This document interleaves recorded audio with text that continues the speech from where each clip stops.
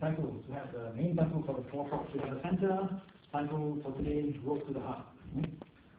I love it when Brother Idris says this, you honor me. We also honor you, Brother Idris.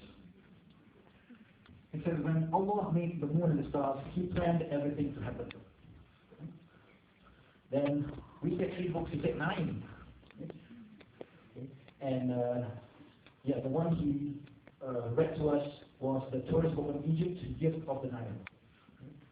Our Prophet once mentioned, our Prophet peace be upon him once mentioned, the one who does not taste the sweetness of this world will not taste the sweetness in the hereafter. Allah doesn't force us, He waits for us. Okay? At the highest level of Iman, our Rasulullah, peace be upon him, smashed the idols around the Kaaba. So we Muslims don't have physical idols in the house, but we have idols in our heart. We talk about the heart. The body is doing salah, the mind is on football. The body does something, but the heart is not there. The body goes for a holiday, the heart yearns for another holiday. It is the remembrance of Allah that will make us happy. It's what in here that makes us what we're all about. As summary, Islam teaches that there is a God, and that God speaks to His creation. The example of the Haitian earthquake about 2 years ago. A man who has never prayed says, God, please find my son. Why does Allah put our 5 daily salah, each one in its prescribed time? It is to make us think of Him. The story of the Sons of Azhar in Iskandaria. Nice to have been there once. Take me there again, please. Okay? Yes, one after another, the other coming together. It's like a calling for us to take shelter. Okay? Allah hears everything. Doesn't He know why we do not eat pork? Okay? Big difference between saying our prayers and praying. Not everybody owes us before you are. Okay? In our oasis of hope, we can remember, inshallah, our Creator better. Okay? And we don't say, Al-Fulu Salafah. Okay? But I think many Singaporeans will disagree with you. Okay, so let's open the floor to the first question, please. The 2 mics are already there, one that way and one that way.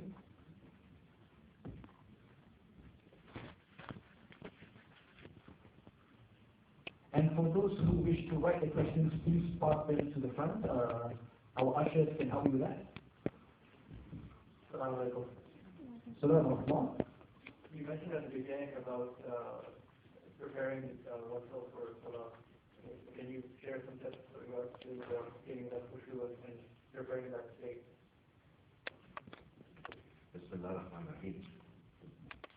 In Egypt, there's a mosque called the Mosque of Ahmed Ibn Tulum. Very beautiful building, the 8th century. And it's modeled on the mosque in Iraq, from Iraq. And the Mosque of Ahmed Ibn Tulum is surrounded by a great wall, because when it was built in the 8th century, the whole of the Cairo community was assembled inside the mosque. So there was a massive wall, and then there's a space of maybe 20 meters, and then there's another wall. So you go to one wall, come to this one, and then to the next one. And it's light, it's a ring. All the cares of the world are outside the main wall, okay? And you come in after all the traders are there, and the stalls, and dogs barking, and people, camels pushing you, and donkeys. And then you come into the first gate, and there are no stalls or camels around, it's a quiet space. And then you go from there through this quiet space, and then you enter the mosque. So that space is called a ziyada in architectural terms, a ziyada. And it gives you a break between the cares of life and the mosque itself. Well, if we go to prayer straight from the cares of the world, well, the cares of the world will come with us. We need a space. Now, in old monastic days, when the monastery was built, there's such a thing as a cloister in a monastery. You'd have a big church, and there's a cloister, which would be like a covered walkway around a big garden. And the cloister would go from the living quarters of the monks to the abbey church where they pray. They'd leave the refectory, the eating and the affairs of life And they walk through the process and they come to the place to pray. Well, prayer, we need that.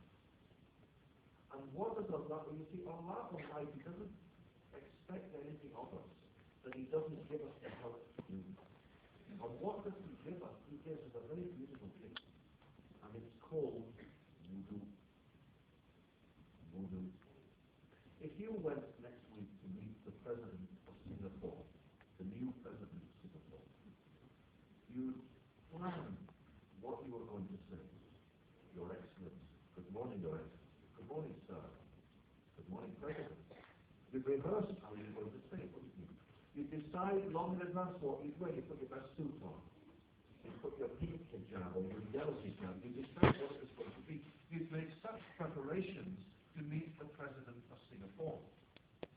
Well, with great respect to the President of Singapore, 5 times a day, we meet the King of all presidents, the King of kings, and we don't spare him a thought. That's because we rush from the affairs of life to praise. If we took our wudu seriously, in Ramadan we take it seriously, because we want the water. In Ramadan we don't sprinkle the water over our socks, and just put it in our mouth. No, we take our mouth. And we put the water over our heads and heat of the day. We take it seriously then. Well, the idea of wudu is that it washes away the dust that clings to our bodies. Because when we're going to pray, the prayer will wash away the dust that clings to our hearts. And we need that space time. If we rush our wudu is a gift. If we rush it, well, we're going to miss out on the praying. It's a preparation time. If you go to meet the President in jeans and dirty old trainers, it's not going to work, is it really? The meeting won't hold up well, he won't take you seriously. Well, Allah will take us however we are, but we won't take Him, because we won't be thinking about it. So, brother, that's just one suggestion. There are bigger things. The whole of our lives need to be a kind of wudu. And it depends on what we're doing in our lives, what is important in our lives, what the idols are in our lives. That will find us out in prayer. So prayer, really, it's the essence of everything. And if we're not thinking spiritual thoughts in prayer, I would suggest to you it's because we're not living spiritual lives. We're not taking time. We need to take time. And if we've got to the stage where we're just going through prayers 5 times a day and we've not the thought for Allah, we need to take some time out. We need to rethink things and ask Him, ask Him what's important. Help me to do it. And that's enough. That's just one point. Okay, brother, you take it.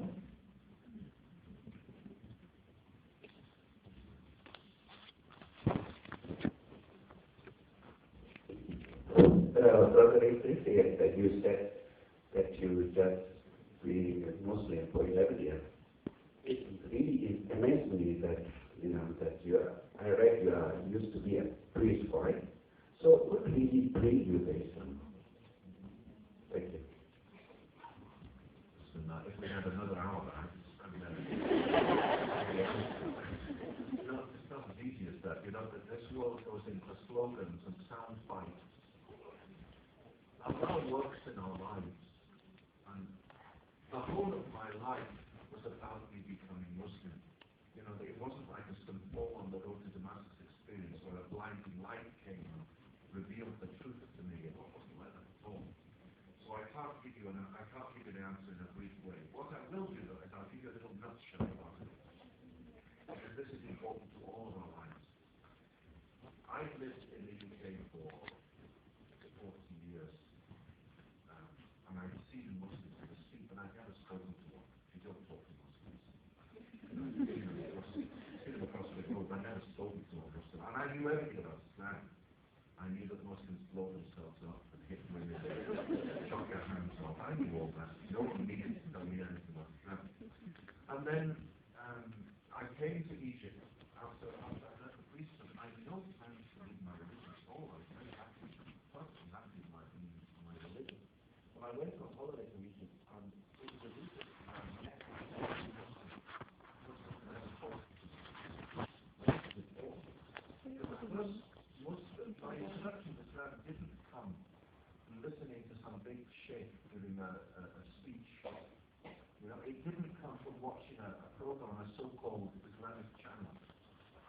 or reading a book about Islam, or even reading the Holy Quran. Couldn't come from any of those things.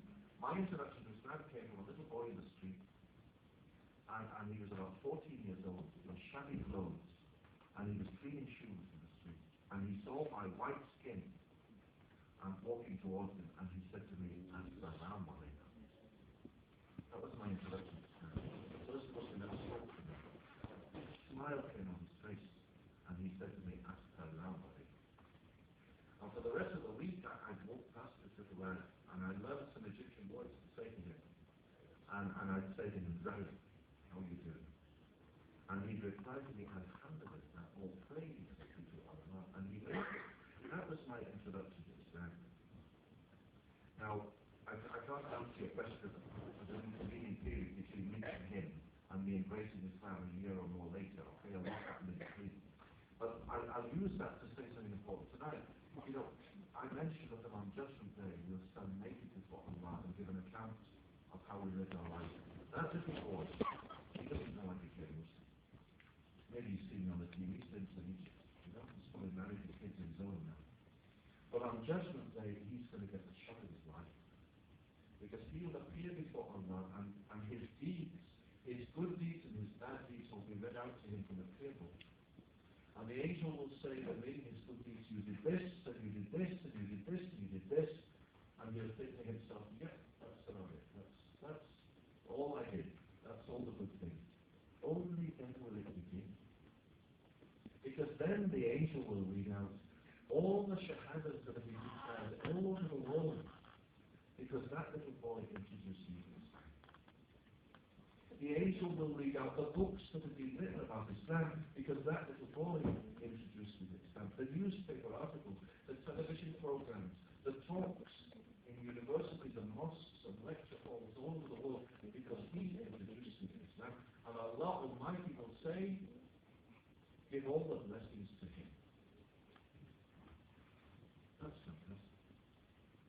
You know, most of us won't be on the TV.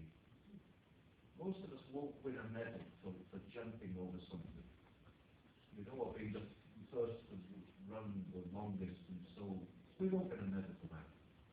You know, we won't be in the newspaper, most of us. And most of us, you know, you get to a certain age and you realize that you're not going to change the world. But one thing we can do is we can touch the lives of the people around us, work in the office, at school, at university, you know, at the playgroup. We can touch people's hearts.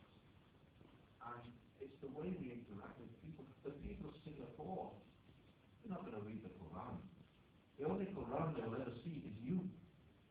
You're the only Quran they'll ever read. You know, they'll never learn anything about Prophet Muhammad except you. You are Islam. You are the Islam they will see. And you know, if you're always miserable, well, that's normal to be miserable. I don't want to be miserable. Misery isn't attractive. You know, if you want to attract people to Islam, let them see that Islam is attractive to you. If your face is lined with severity, you're miserable. You're telling them, you can say all the words you want, but you're telling them that this Islam doesn't really bring happiness into my life. So, you know, we're given a great chance to speak about Islam, not by talking about Islam at all, but by living lives that people say, wow, I wish I was like that. He's a good man, he's a good father, he's a prayerful man, you know. He's trustworthy and honest. Yet he's Muslim, but what's his son? This is Islam, you know. So that little boy's story, maybe next time we'll give that story. But it's important that little boy teaches us something. And it's important, you see, that in all things in life, all things can teach us about our own lives. It's like the Quran. The Quran is not, if you look at the book about Julius Caesar, or Napoleon Bonaparte, or the Emperor of China, they're all his story. They're about someone else. It's his story. It's about Julius Caesar. It's about Napoleon Bonaparte, or the Emperor of Wu, or whoever he is. Well, the Quran isn't his story, it's my story. The Quran is for me. It tells me how to live my life. You know, so in all things, that's why, you know, writing a book about tourism in Egypt. I'm not interested in tourism in Egypt. I love Egypt with all my heart. But that wasn't the reason I plenty of tourist books. I want to tell people about Islam. But you can tell people about Islam without mentioning Islam at all. You know, by the goodness of your life, wise words, beautiful preaching, a smile to your brother is a charity, you know. So there are many things we can do. And the essence of the talk tonight really is that by seeing Allah in all things, we really get the essence of Islam. And it takes a long time to get. And you're going to waste a lot of time. You know, waste a lot of time. And I use the word advising. We waste time for Allah's sake. You know, we spend time just sitting, listening, waiting, reciting. But even in our reciting of Quran, as wonderful as that is, sometimes we need, maybe in Ramadan, instead of reciting that much of Quran, we should recite this much, and then spend half an hour asking, what does that say to me in my life today? What is Allah telling me today in those verses? Because if we don't do that, we're missing why did he write it to us in the first place? He wrote it for you. He wrote to speak to you. He wanted to tell you something about life. If you're just reciting it, not thinking about it, you're missing something else. It's noble to recite. It's noble to say our prayers. And these are obligations we'll be rewarded for. We're required to do them. If we don't ignore them.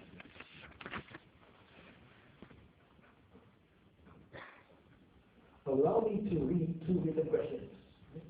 The first question is a question of fiqh or jurisprudence.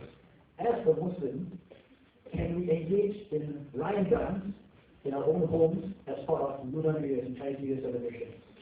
The second question, Lunar New Year celebration. Lion dance. The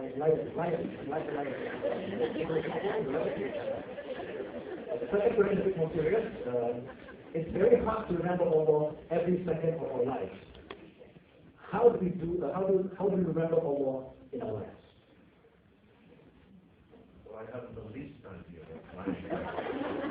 Is it something very saucy or something? I'll tell you, I was in Geneva last week. I was in Geneva for a meeting with the General Secretary of the World Council of Churches. And I was there with two scholars. Muslim scholars, and we had a few hours on Saturday morning free. So we had a little tour around Geneva, and we went to look at the cathedral of Saint Pierre, very good in Geneva.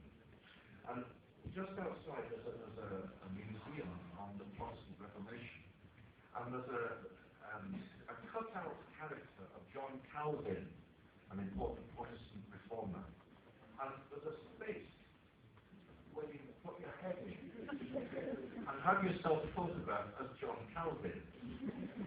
Well, the two shuyukh I was with are big into jurisprudence. So they started discussing amongst themselves whether it was halal or haram to put your head in this hole and have yourself photographed as John Calvin. I don't know what result they came to, but they said to me, Brother Idris, what do you think? And I said, well, you know, I'm only a very simple man. It's always got to do with your intention, really, doesn't it? If you're there as a tourist, and you're having fun, and you don't believe in the Protestant Reformation, you don't believe in the Bible, you're not trying to convert anyone to Christianity, you're not giving up Islam, if you put your head to the little cardboard thing to show your kids that you're in Geneva, I may be a very simple, but it's not the end of the world. So whatever lion dancing is, I don't know. It depends on your intention. If your intention is to do something bad, bad will come of it. But if your intention is pure in life, otherwise it's pure. In Britain, there's something called the Order of the Garter. It's the highest order of decoration that the Queen can confer on someone, the Order of the Garter. And around the Garter, everyone given this item, given the Garter around their leg. And it says on it in Old French, only slightly badly, shame on him who evil thinks of it, because it came to the Middle Ages, and a lady's garter garter fell on the floor. And many of the people laughed when that garter fell. And the king said, "Shame on the one who thinks evil of it." So, as with the lion, it depends on what our intention is. If we think bad things, we'll do bad things. But if we have simple hearts, we should always be trying to do simple things. So, from a point of jurisprudence, I don't know. I still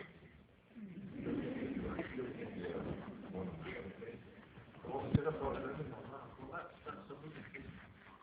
How do we think of Allah? Well, we do it in simple ways.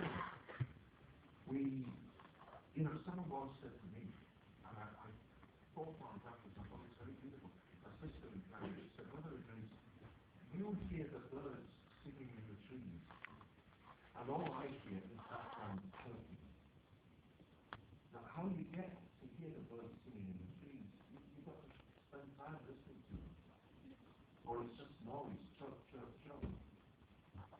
When you see a tree, do you see Allah's creation? Or you just see a tree that the leaves are going to fall and you have to sweep them away? It takes a long time getting there. You need to, the word humility is the most important. We need to learn in our lives humility. Humility towards other people, good people of whatever religion, and see goodness in them. Goodness comes from Allah, it comes from the devil. So we should recognize goodness and embrace goodness wherever we see it, wherever it's to be found. And we should try to see Allah in all of the things, If we're just not on that page, we need to think about your son when he was born. When you saw him for the first time, that doesn't make your heart think about that, but your heart is very hard. So you need to reflect. When you carry the little boy for the first time in your heart, but there are some people it doesn't teach them that, and not always it teaches you what a little baby wants. So you need to waste time thinking. Think about things that have brought great joy to your heart. That's how you're going to start thinking about Allah. And whose heart is your heart if you see a very poor person, and your heart isn't touched by seeing someone less fortunate than yourself. So it's a big thing. I can't think you do the A, B, C, D, and E, and you end up a spiritual person. It doesn't work that way, do it? You have to try to turn your mind around to thinking heavenwards all the time. When you're driving into work, there are so many beautiful things in the city you can see that speak to you about love. Or you just think it's about traffic. You need to start thinking. Set yourself time. Having away from the quiet time. You take a walk in the park. Thank Allah Almighty for the beauty around you. Walk on the East Coast beach. Walk in the marinas. Very beautiful. Beautiful things all around you. Parks and everything. That's one way of doing it. Read the Quran, but don't just recite it and that's the end of it. Recite the verse and then think, well, what are you saying to me here? I don't understand that. Explain to me, Allah, what are you saying? Because there are many, many, many, many ways. There should be time for just two more questions. So we have one from the National Assistant.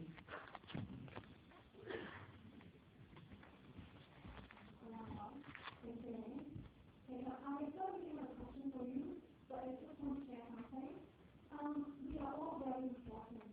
All of us, we have the power inside us, the fire, to proclaim our love for things that we love and we grow, and especially the Creator. I've been Muslim for 17 years, I'm 38 this year.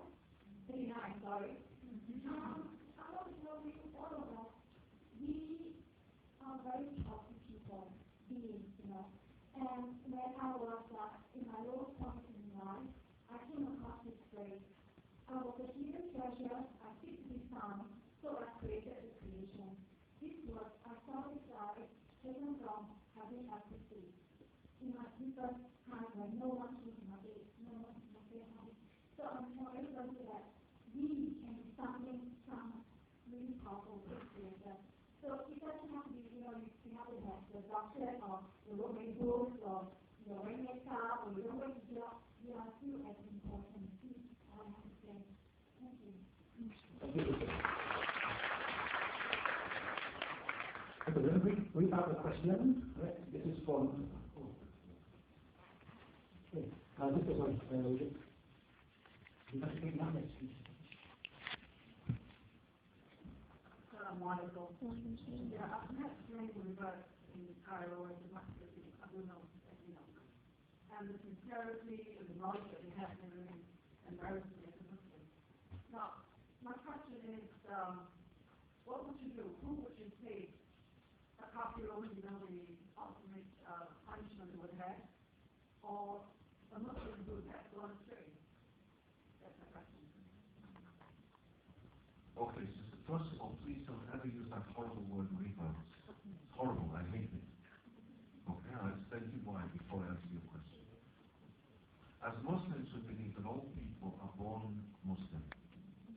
All people, Islam is the natural religion of mankind, so we're born as Muslims. And the action of our parents makes us something else. Okay? So you can't convert, that's why as Muslims we don't use the word convert. Because you can't convert to something you were in the first place. Okay? So some clever folks came up with the idea, and instead of calling them converts, we call them reverts.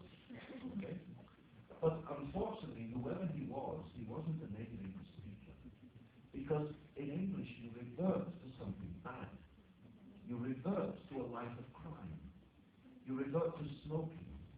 You revert to being an alcoholic. You don't revert to Islam. Okay? So I would just urge you never to use the horrible word revert. Similarly, we don't use the word converts. I just talk about new Muslims. It's a nice stuff where it's more gentle, it's more friendly. And who, okay, answers the question. All I can say in answer to the question is that none of us is appointed a judge over anyone else. Okay? None of us has been given tickets to hang out to heaven or to hell. Allah Almighty is the only judge. So I can't tell you who will go to hell and who won't. I don't know.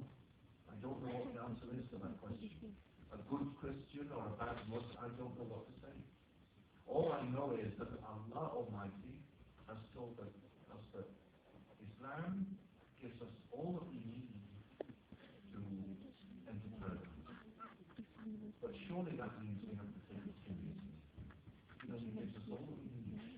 And the other messages that were revealed in the past, as Muslims we find that they're lacking, they're not complete in their revelation.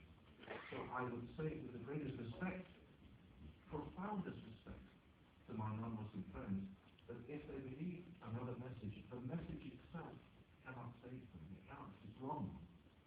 You know, I sincerely believe that as a Muslim. Other messages can't save them. But Almighty Allah can. He can do whatever He wants. So at the end of life, Allah Almighty may choose. See, we're using language that isn't human language. He will say, He will pardon whoever He will, and He will reward whoever He will, as He chooses. But it won't be because He was a Christian. It will be because of that person's life and who they are and what they did. You understand? But as to who it will be, I don't know. I honestly don't know. All I know is that Allah is all merciful and compassionate and kind and wants the best for all people. I can't give you an answer. Last question, it shall come from. Okay, I'll allow one question from brother.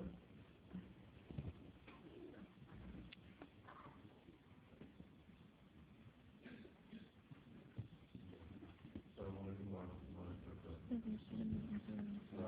you very much, Brother Tawfiq. Very good speech, English. Question, what advice would you give or would you have to a religious teacher who don't practice what he preach? Just you mentioned the word of humility, and I was, this is special advice from that country. He's a Muslim, we want to respect our teachers. If we don't practice what we preach, we can get a very good message. Well, I never give advice, okay? I made enough mistakes and I will have not to give advice to anyone. And I end up sounding like my dad if I give advice.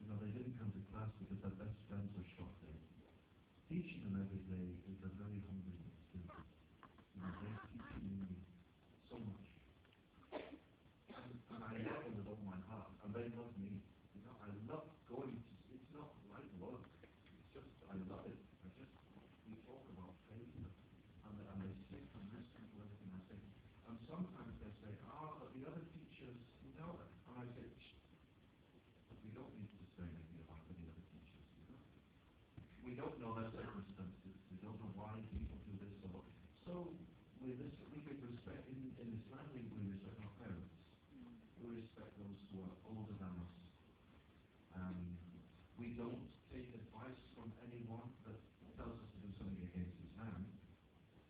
But even if the person is bad, if the advice he's giving is of Islam, well, forget the bad example of the first, that's all I can say. You know, and I've met many bad people. You know? Forget the badness in people's lives and just listen to them. If the message is the right one, take what's good and leave behind what's bad. You know, I lived in Rome for 5 years, and in Rome I saw fantastic people. I saw such wonderful examples of good people. I met bad people too, but there's no need to talk about that. Why would I talk about, there's no need to talk about bad examples. Let's stick with good examples. So all I would say is if there is someone who maybe he's not setting you good example in his own life, but the message he's giving is from Islam, well, take the message. Take the message and try as best you pray for him that he'll be a better person, inshallah, and that you'll be a better person than running for him. And I think humility is the word, you know, and it reminds us all that unless we examine our lives and our hearts every day, we can end up stone cold. And you know, there are people who teach, they don't want to teach, they don't like teaching. It's a shame. It's a shame that they don't. And all we can do is pray that they rediscover what started them off in the first place. But if the message is the correct one, we take the message. If the advice they're giving is wrong, we ignore it. One absolutely last question, brother.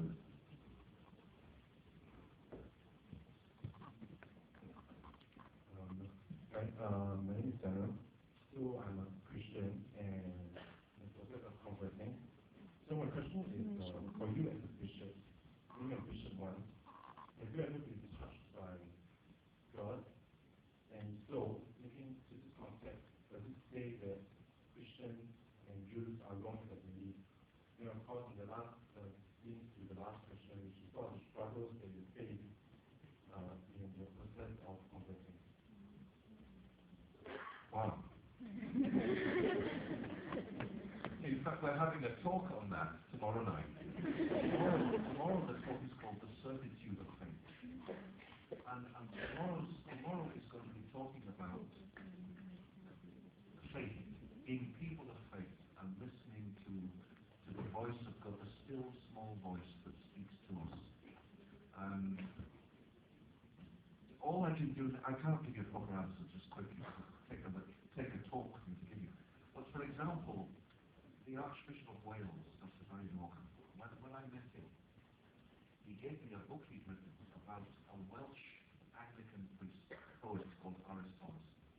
And this particular, the book he gave me is about the poems, and the priest poet writes about God from a point of view of being a Christian. And I took the book away, and I was glued to the pages.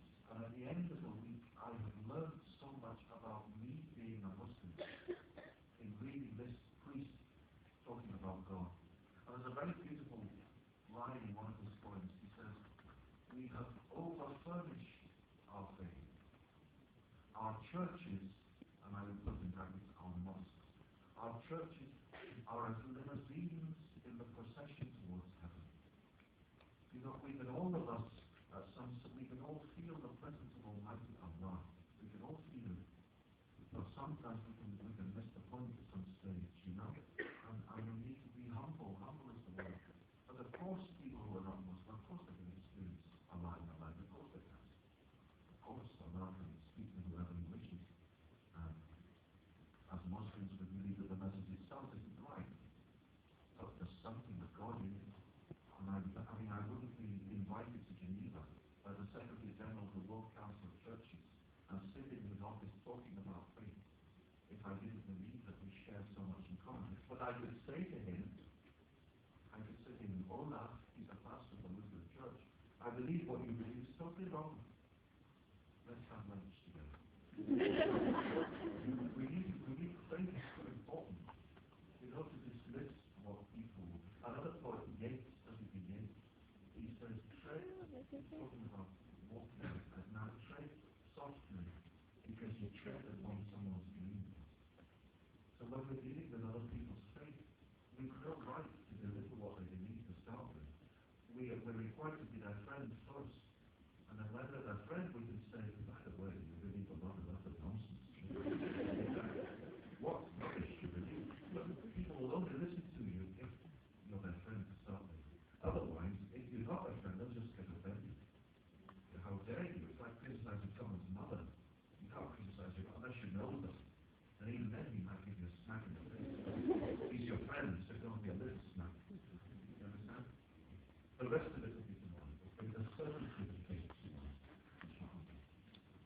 hope you're going to buy my books, by the way.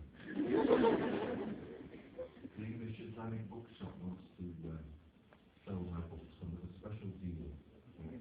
So the new one will be the first piece in the world to be gifted to my magazine. And at one of the talks on the top, I think it's the third night, we're having a book signing session from ages. I think you have to wait for a book sign for that night, because I've been trying for so many hours. I don't have any more talks if I try to sign. So please keep your books and bring them 2 nights time when we have to Thank you. The media proceed on pretty soon. There's a request from the organizers, please fill up the evaluation form and hand it to the ushers. بسم الله الرحمن الرحيم. اللهم اجعلنا من الإيمان كاملين وللفرائض مؤدين وللصلاة حافظين وللزكاة فاعلين والمعونة صالحين ولعفوك راجين وبالهدى متمسكين وعن اللغو مقرضين وفي الدنيا زاهدين وفي الآخرة راغبين وبالقضاء راضين وبالنعماء شاكرين وعلى البلاء صابرين وتحت لواء محمد صلى الله عليه وسلم يوم القيامة سائرين. صلى الله على سيدنا محمد وعلى آله وصحبه وسلم والحمد لله رب العالمين. Well, Idris, thank you very much. Thank you to all of you on behalf of our team for coming. We'll see you again tomorrow for the 8 p.m. talk, the 10 p.m. update. وبداية التوفيق والهداية والسلام عليكم ورحمة الله تعالى وبركاته.